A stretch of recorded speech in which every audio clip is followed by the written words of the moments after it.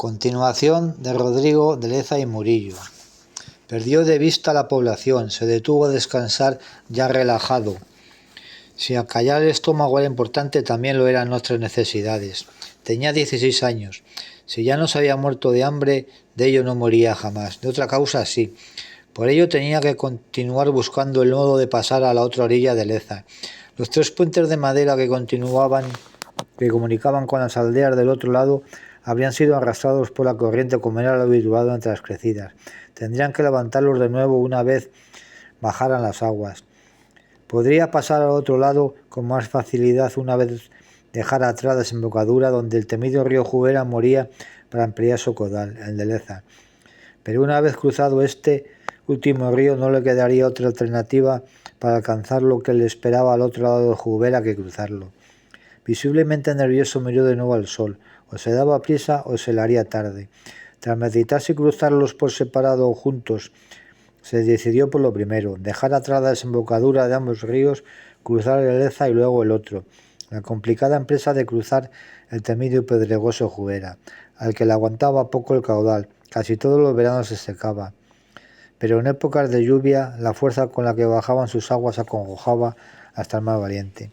Dejando a la derecha la alta pared de tierra de unos 100 metros, donde se precipitaba la explanada nacida en 7 kilómetros al oeste, para dar paso al valle de Leza, alcanzó el punto donde se unían los dos ríos, donde el Jubera perdía su nombre a favor de Leza. Continuó avanzando, como no podía de otra forma, río Leza arriba.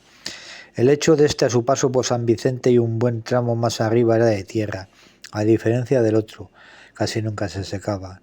Estudiando con detenimiento una zona por la que cruzar al otro lado sin riesgo de ser arrastrado por la corriente, advirtió de que aunque el cauce se había estrechado debido a que el caudal era el de un solo río, la cosa estaba complicada.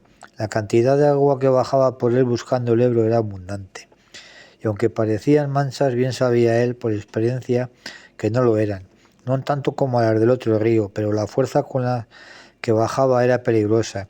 Hace un par de años, cuando la arrastró la corriente unos 100 metros hasta que logró agarrarse al tronco de un árbol, la osadía de intentar cruzarlo por hacerse el valiente delante de unas muchachas se le antojó de locos. Ahora que el caudal era mayor que el de entonces, arriesgarse sería de suicidas, pero tenía que hacerlo, por lo que le esperaba al otro lado sería capaz de lanzarse de cabeza hasta el mismísimo infierno. Siguió avanzando, dándose ánimos, diciendo que entonces contaba con 14 años, 2 menos que ahora. Su fortaleza y resistencia habían aumentado. Dejó atrás en la otra orilla, a lomos del promontorio que miraba hacia la desembocadura de los dos ríos, al asentamiento de Murillo, al cual ambos escoltaban. Recorrido cosa de 1 kilómetro, durante el cual se topó con lo que quedaba de uno de los puentes de madera, los mástiles anclados al fondo del río aguantando estoicamente la acometida de la crecida, se volvió para desandar parte del tramo andado desde donde le vino a la mente el percance sucedido un par de años atrás. Llegó hasta el tronco caído de un árbol seco que había aguantado el embiste de la crecida, pero que de seguir subiendo el nivel del agua terminaría siendo arrastrado por esta, pues cuando pasó junto a él, la parte que se encontraba medio sumergida se balanceaba levemente como si de una barca amarrada se tratara.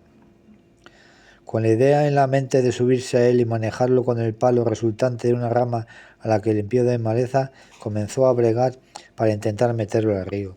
5 minutos más tarde, aunque en un principio la presa se le antojó fácil, lo único que consiguió fue agotarse.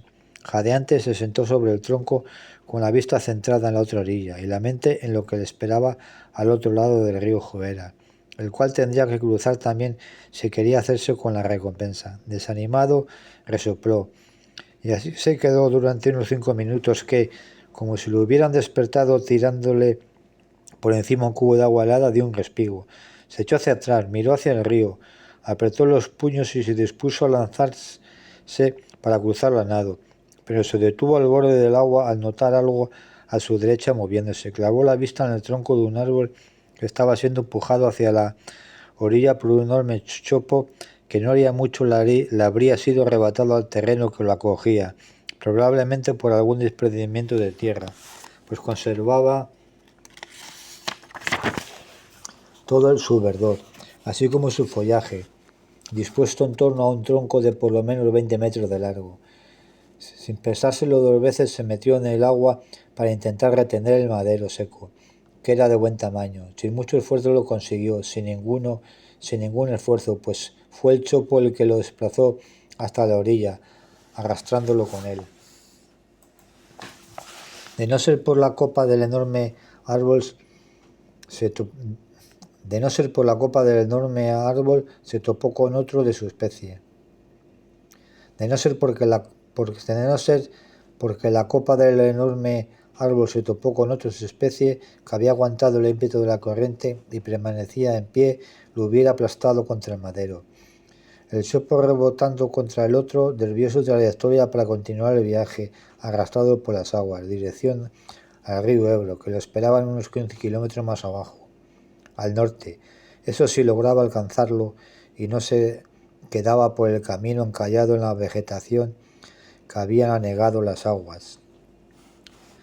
Algo probable por su enorme tamaño. Con el corazón desbocado aún por el apuro pasado, colocó el tronco mirando hacia la otra orilla, al este, allá a unos 100 metros de donde se encontraba. Tan solo logró mantenerlo en dicha dirección unos pocos segundos, pues la corriente lo empujaba hacia abajo, al norte.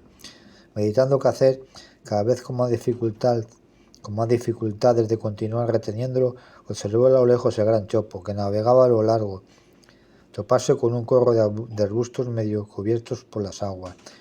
Su rostro reprodujo un semblante de esperanza cuando vio que comenzaba a cruzarse a lo largo del cauce. Sin pensárselo, se subió al tronco con el palo en la mano que pretendía utilizar como remo para dirigirlo hacia la orilla. Clavando en el fondo, se impulsó para comenzar a navegar hacia el gran árbol, que luchaba por liberarse de la maleza que le cortaba el paso.